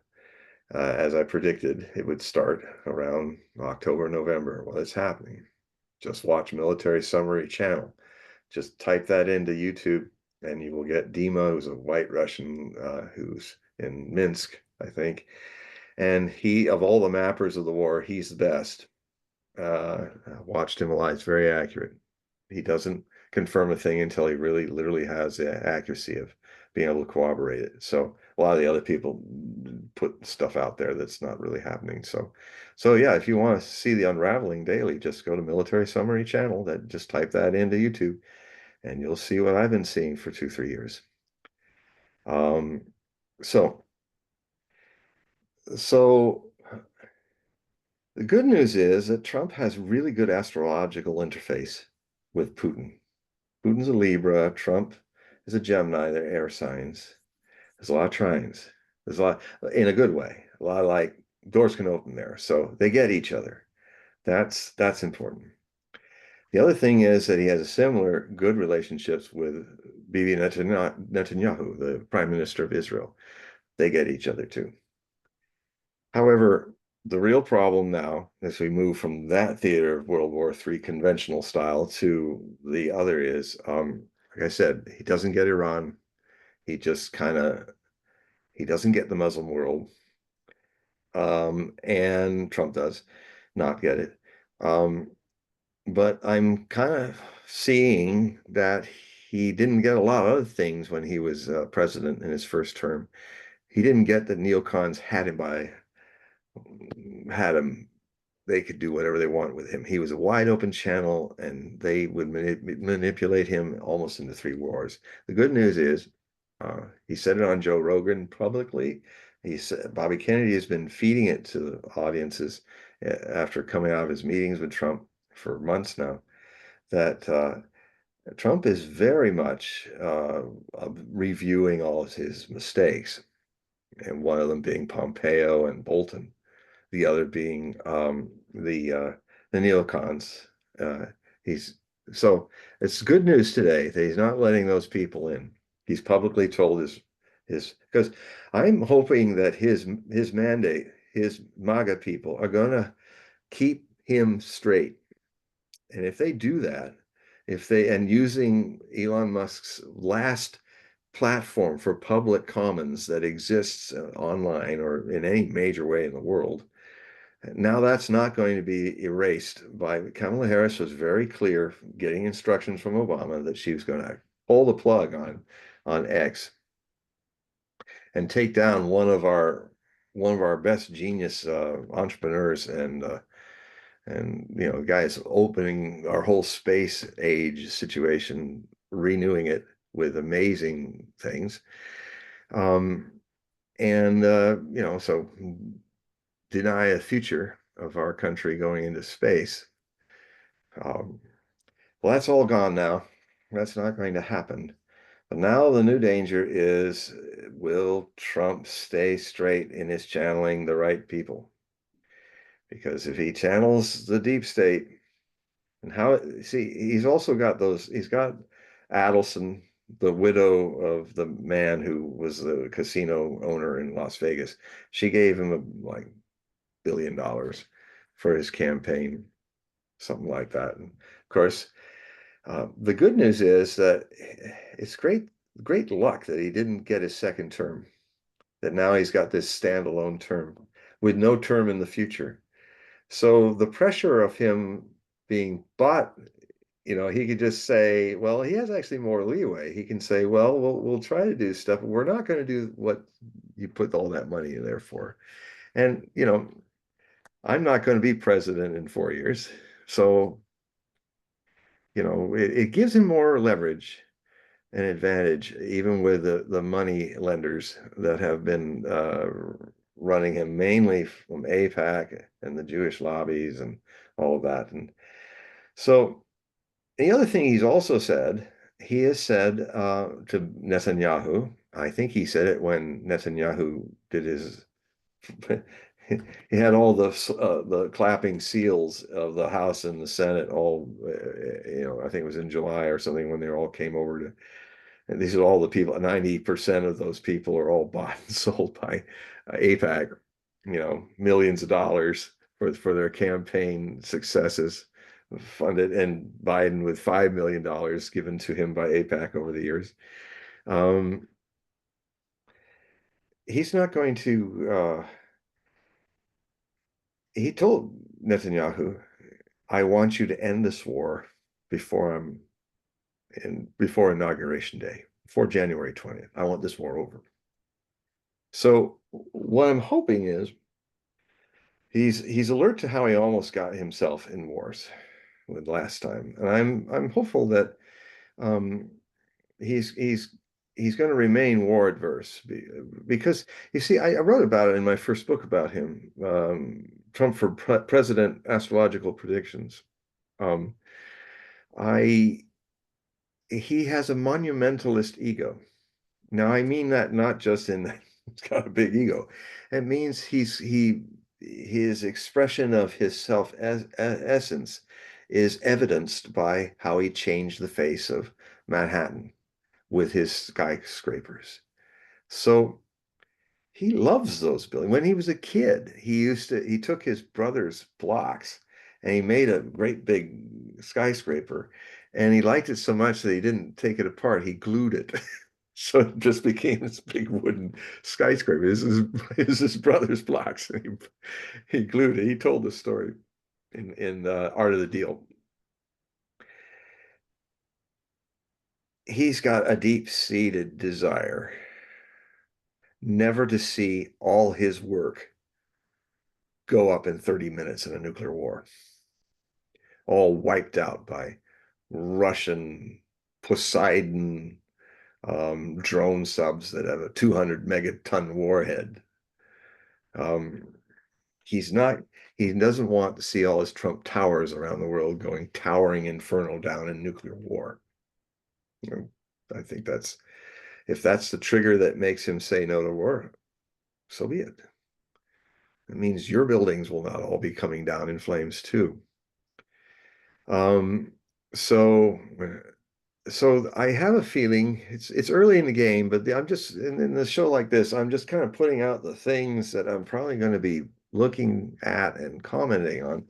Is the right at this, even today they just announced it came out on the news that the the former head of the Senate, um, anyway, they're doing a secret vote. They're going to try to vote for the head of the Senate before the 3rd of January. And so it's going to be a pick there's a like 3 very anti-Trump people on that list that would try to derail anything Trump did. So, the danger is the next few weeks literally could see his administration toppled or compromised. That's the worst case scenario, that he gets to January 20th and it's another version of what happened before from a different um, quarter. So Mitch McConnell is behind this secret vote. There is one person on of the three or four that is pro-Trump. And so like it's already, I mean, Tucker Carlson is the one that got this news out. And and that means that now across Trump world, all those voters are starting probably to flood in feedback to Trump. So where Obama had to build a group of people that he kicked to the curb every time he won because it wasn't fun anymore. Time for another winning over the impossible person to get. But Trump has an army of people. He has a majority of the United States that voted for him, big one. And there are means through Elon Musk's and X not being erased by the other people because they didn't win. He has now there's a public forum that can tell him within the speed of light what they think. And I'm hopeful this is a revolutionary new idea, that very Aquarian age that this is happening, where there's quick access to people putting their 2 cents in about, no, we don't want that guy. He's deep state. We we want Tulsi Gabbard to be Secretary of Defense. We want Bobby Kennedy, and of course they are in there, and there's other people. And so he's going to listen to his people, not the neocons. I think that may be the case. But because he's so blind to personally to his wife, his daughter being married to Kushner, Jared Kushner, who's very inside the whole Zionist situation. Um, he's I've got him on my October Hogue prophecy bulletins. I actually give you the text and the videos where you can watch him in a meeting I think in Harvard in March, where this guy is freaking out about this war. It's just all this devastation and the genocide that's going on, all the Palestinians getting killed. It's really terrible. And he just kind of did this. Well, um, you know, there's a business option. There's a business option in all this. I mean, when we remove them, they're living on choice beach property. So there's a business advantage in this. And when we get them out, and he was kind of saying maybe they're going to the Negev desert or somewhere. He doesn't even want to fill in the details of exactly. It almost sounds like Hitler say, let's take them to Madagascar, all the Jews. Because these are Semites just like Jews, and they're being holocausted just like the Jews were. We'll just think of the business opportunities and the profits that would happen now, all this beachfront property, some of the best. And so he was just cold-eyed, cold-blooded. And, he looked like somebody familiar to me, and I actually, I mean, Paul knows, you've seen the pictures. I had a picture of Jared Kushner. He's in a helicopter. He's got the big ear things on to listen to the radio and get the prop out of his ears. And it just happened that he's just in the exact same angle as the picture to the right is a picture of Reinhard Heydrich, the head of the SS. And they look like twins. I was even shocked when I just put that in. I said, is he channeling this demon, this guy? If he can say stuff like that when we get them out, you know, the the death toll is in the hundreds of thousands now, and literally, it's shocking. All this is going on, and what's Trump going to do about that? Because he won Michigan because a whole lot of Muslims in Michigan voted for him. So he's going to have to, he can worry about Adelson, but he's got to deal with all those swing voters that got Michigan into his tally to be president. So, but being he's Gemini, he's playing, he might make a deal with both. But the problem is this war is not going well. The Israeli army is getting creamed in Lebanon, and they hardly got got far enough in to blow up a few villages. But they're losing lots of people, and and they're pulling out.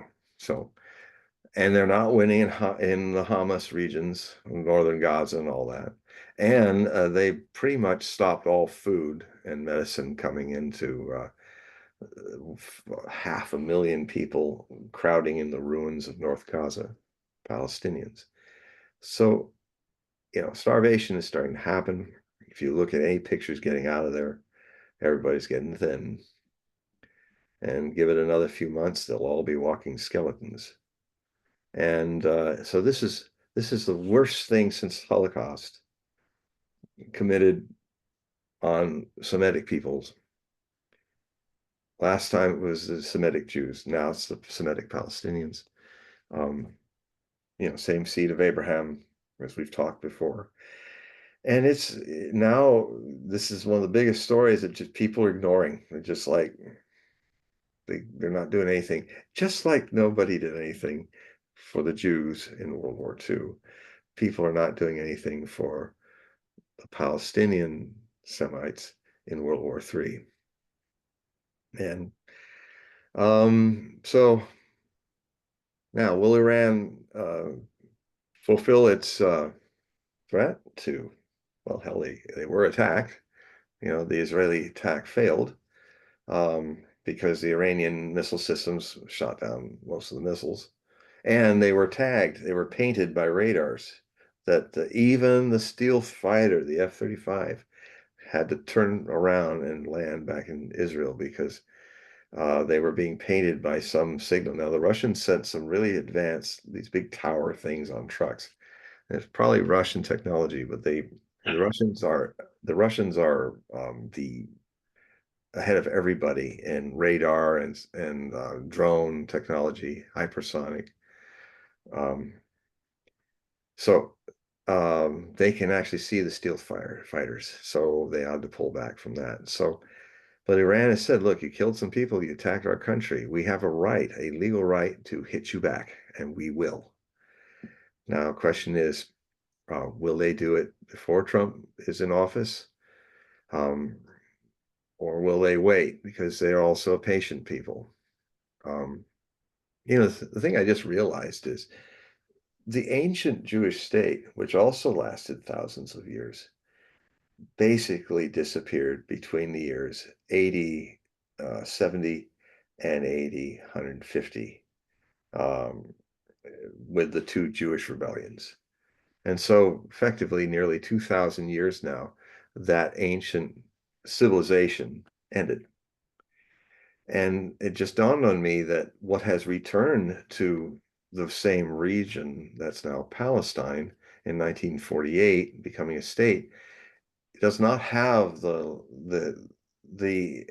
the thread of being an existing civilization, a kingdom, a country, Judea, Israel, Zion, for 2,000 years. So it's starting all over again as a young nation. There's this quality that Iran has never had its existence broken by conquest or anything. It adapted, it survived. China has never had it, even though the Mongols came for a while. Actually, the Mongols were absorbed into China and became part of the China world. Same with Egypt. Egypt has been consistently there for 5,000 years. But the idea that people coming back to claim the Holy Land, well, that all ended when the Romans destroyed Judea and created diaspora, which there was no diaspora before that. So it's almost like the Jewish people need to realize that this isn't a return. This is a beginning from the beginning all over again. when it comes to Israel and the Middle East, because that civilization was destroyed politically, as a political social reality, as a civilization, not the Jewish religion, not the Jewish people, not the Jewish traditions. That has been ongoing. But as a political body, like Rome is gone. It collapsed finally in 1453 when Byzantium was taken by the Ottoman Empire.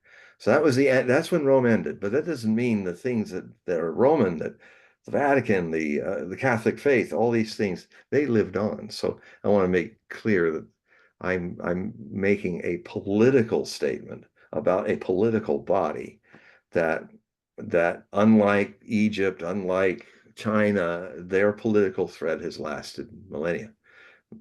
The oldest, and Iran for three millennia has also been, as a political reality, sustained. So it just came to me today. I was just like, it's kind of like, okay, well, that's an important thing to talk about, because a lot of people are running the idea that coming back to Israel is to restore the kingdom. And the reality is going to be that no, there's not going to be a restorative kingdom. And there's also a lot of, as you know, Torah, Jewish interpretations and other interpretations that are saying this whole coming back was wrong. I mean, I have many rabbis that tell me this, that it was wrong, that it's not what the prophecies, we've talked about it in a number of our meetings, Paul. But this idea of returning to something which was lost 2,000 years ago is an illusion that has to be faced. And maybe if that expectation is removed, maybe at some point, Jewish people and Palestinian people could live there in peace. Um, so that's one of the ideas that I just dawned on me, is one of the dreams that are false. And so uh, it's very early. It's only days since the election, and I've tried to avoid getting too involved and give myself a little break. Have you looked at the chart for President Xi and how it corresponds to Trump's? It does in an interesting way. He is a Libra, and also it's also favorable. And that's what I'm hopeful about, because they're going to find out. Trump's going to find out that Xi and Putin can do transactions that are profitable for everyone, and peace is what's the most profitable. So if he can just, whether he's just trash, Geminis love to trash talk. So even as presidents, and I mean, notoriously Wagner, a famous Gemini, he trash talked in Judaism and music. That was one of his many great essays that didn't go very well. But he's just trash talking. Um, so I think um, I have premonitions of potential success in a that could eventually reach to what I've said back in 2021, when Putin and the Russians put out a whole new architecture of security for Europe. And now this idea of theirs. This is kind of out there, but it's their ultimate goal is to create a new architecture of security for the world, where there will be peace and everybody can prosper.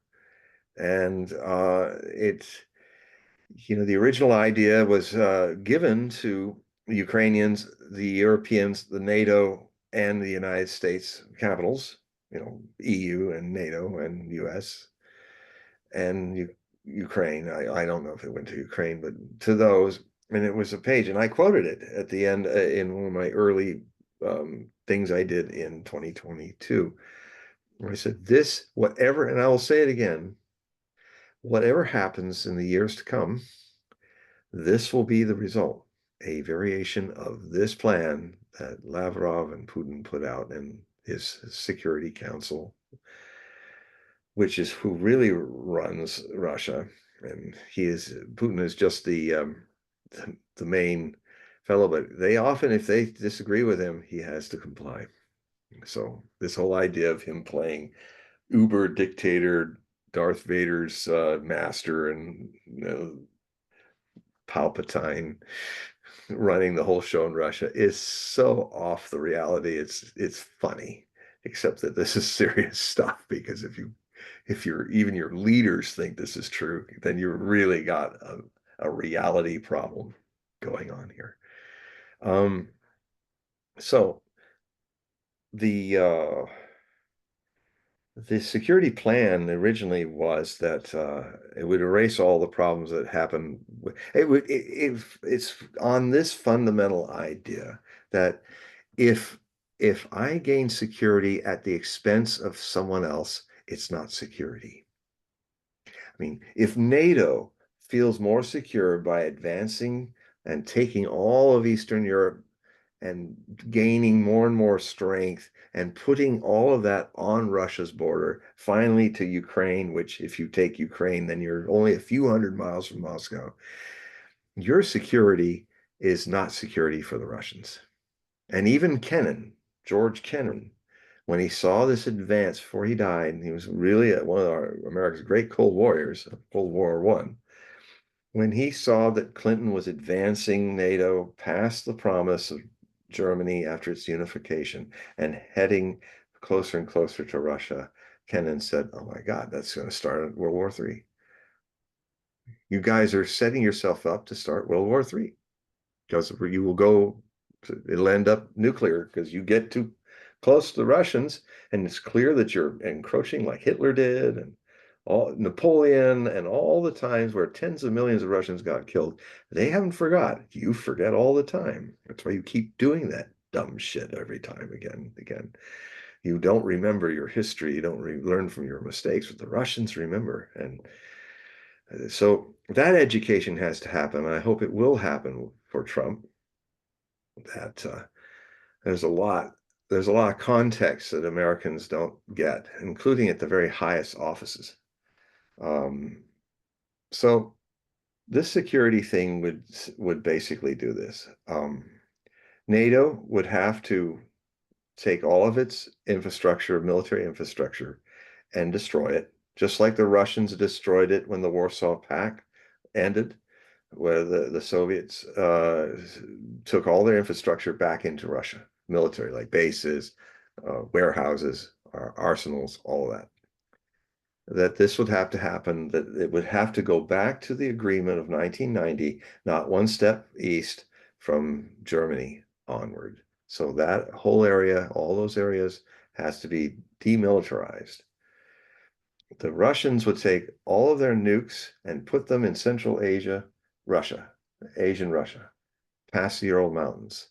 America would have to take all of their nukes and take them into Kansas or somewhere, take them out of the European continent. So there would be no short range abilities to start a sudden nuclear war. And the whole thing is built on mutual security. Now the Russians feel secure. Now the Europeans are not going to need to worry about Russian missiles hitting them, because they've all been stockpiled away in an area as far away as America's stuff is going to be stockpiled away in the central part of the United States. And that's just the starting point. But now I'm hearing that because of the alliance with China and the BRICS coming up, now the new idea is an architecture for security for the US and Eurasia.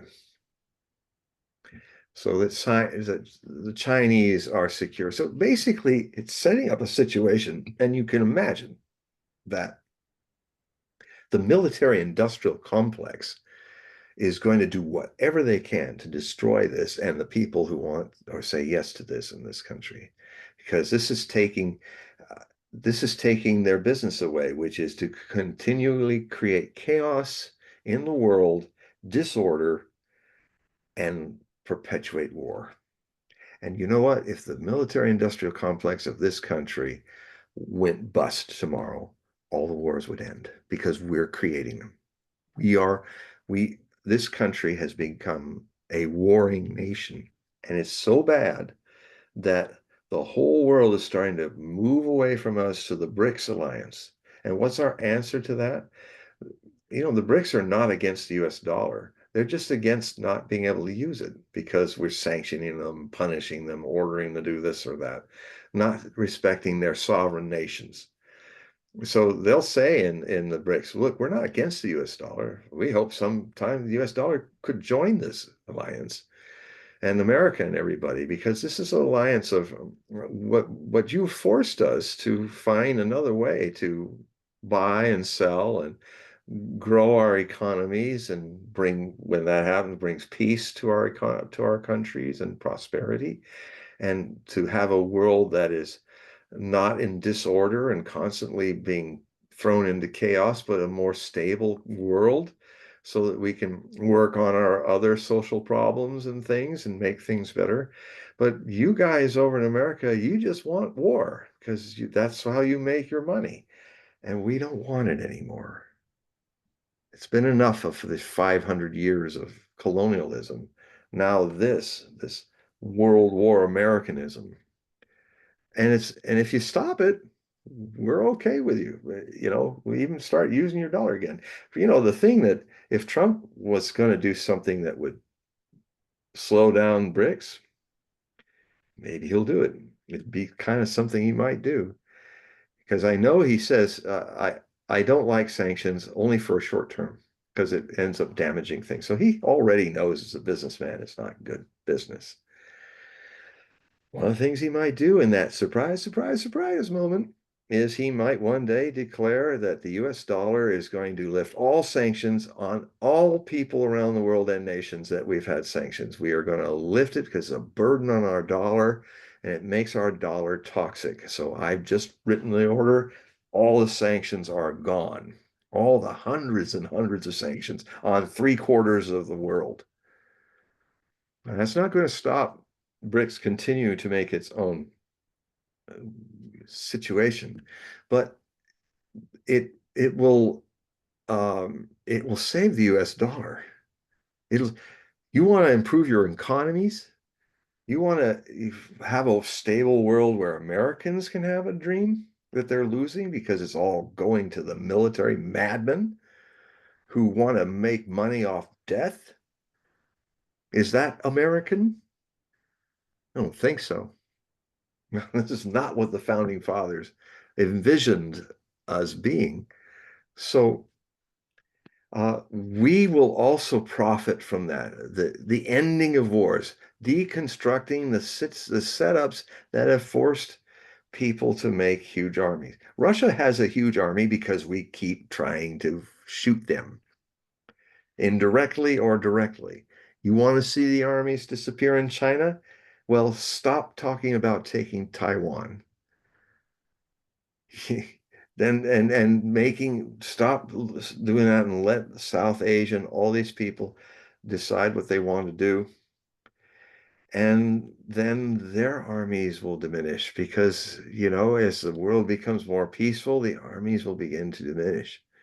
There is no need for them. China's got 3 million man army because of us threatening them. North Korea has those nukes because they watched what happened to Gaddafi and others. They watched how America just went in and with NATO and destroyed Iraq. I mean, Iraq, yes, and also Libya and Gaddafi, who he even made the gesture of getting rid of his nuclear program. And the first thing that happened to him, they took him down. Now, if I'm in Pyongyang, I'm saying, you know what? And Iran's even being forced. Iran doesn't want a nuke, but they're probably now going to start building a nuclear bomb system. It's been kind of the Ayatollah Khamenei has kind of opened up the gate for them to create a deterrent So they're, because Israel has them now it's out in the air because of that leak that happened a few weeks ago. They're talking about Israel's nuclear weapons. That's official now. They have them. And if you're the only one that has nuclear weapons, then you can do whatever you like to people in your region. And that is why it happens that deterrence then happen. And I think in last show, I was talking about how there's a story that I don't know if it's true that Saudi Arabia has 30 nukes that the Pakistanis built that they paid for that are going to be shipped to them. So they will be a nuclear power. The UAE is going to be a nuclear power, and now Iran is going to be a nuclear power.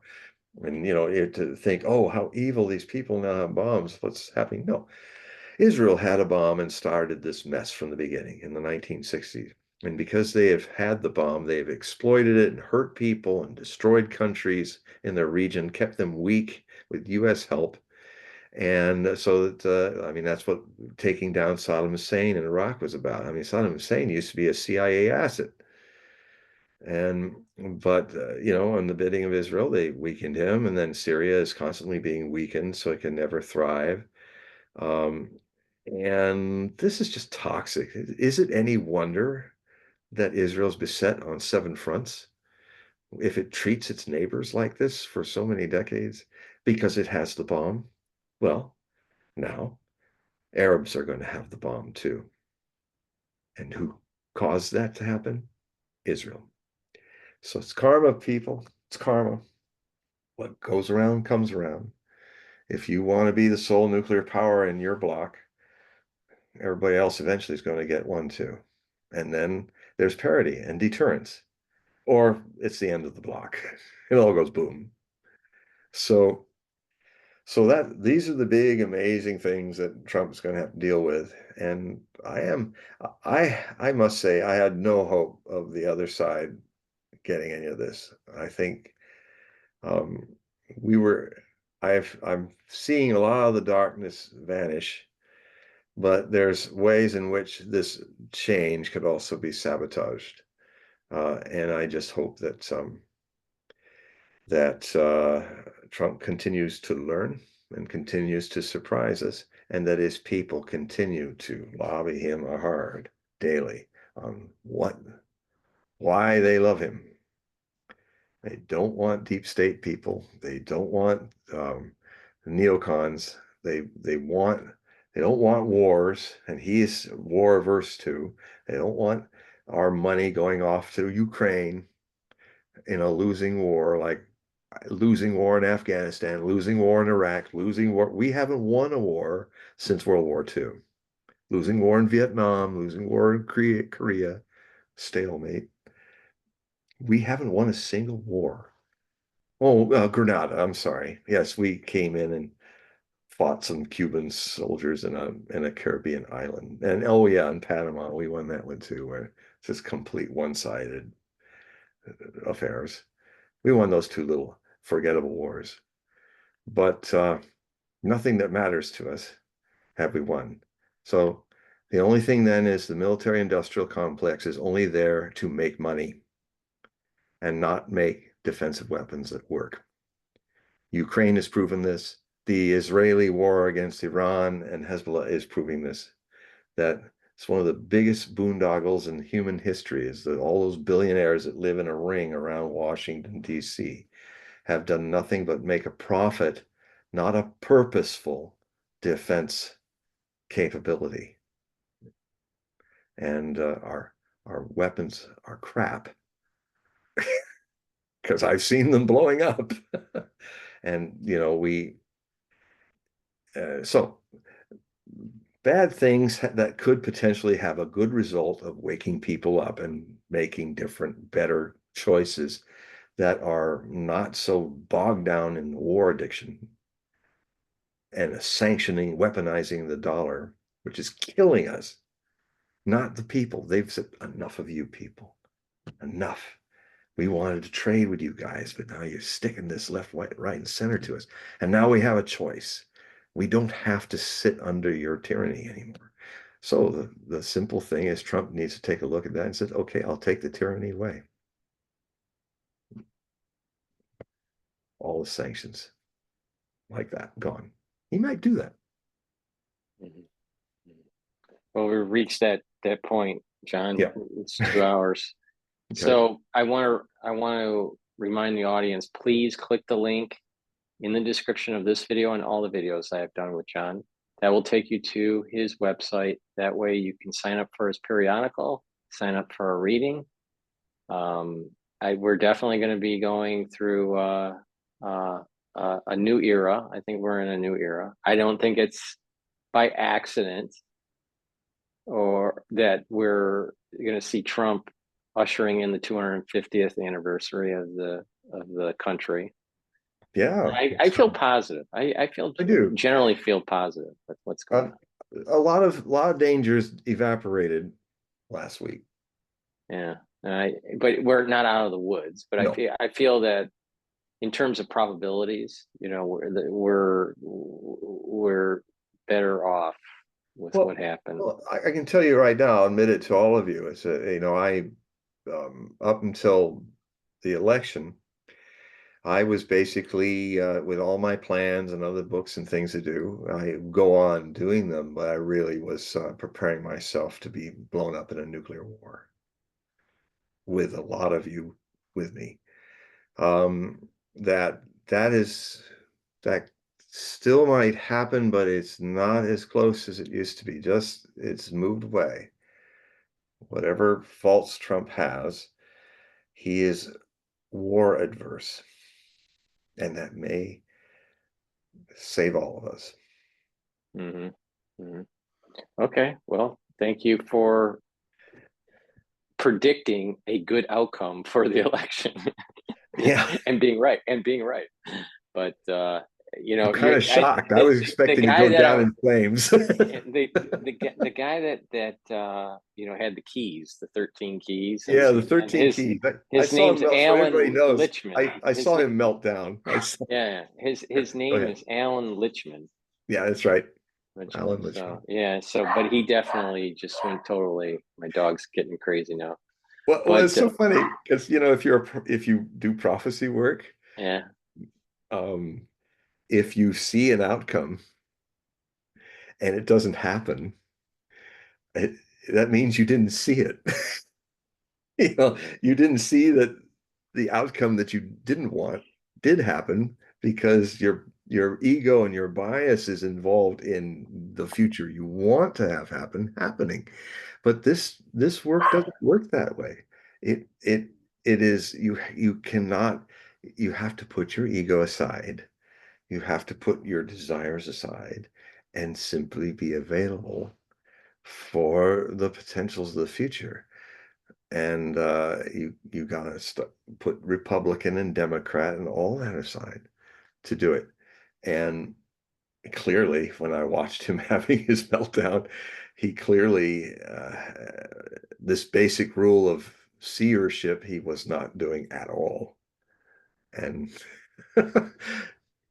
oh, well, it didn't yeah, happen because you aren't worthy enough for my great prediction, which I saw as the truth happening. Well, no, it wasn't the true. You weren't reading the people right. it's this the Trump orange man bad syndrome. Yep. That's happening in the mainstream media. PDS. Yeah, yeah. PDS is a real mental illness. Uh-huh. Uh-huh. No, it's all over New York. I mean, these ultra liberals, they're having fits. They are having fits. Unfortunately, my Uh, town, which is very liberal, is just kind of moving on. It's kind of nice. That's what's special about this little village I live in. They're not even having I'm not having to do therapy in the produce department at Star Store. Like in 2016, people, what's going to happen? I don't know what. Well, he is the president. He's not my president. Well, what country do you live in? According to the Constitution, he is. He's not my president. Well, grow up.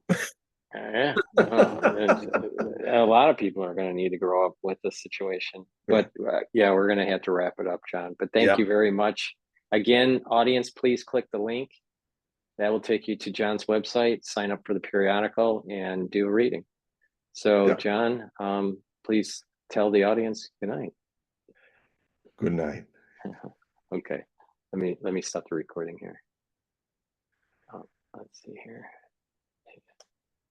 Missed that.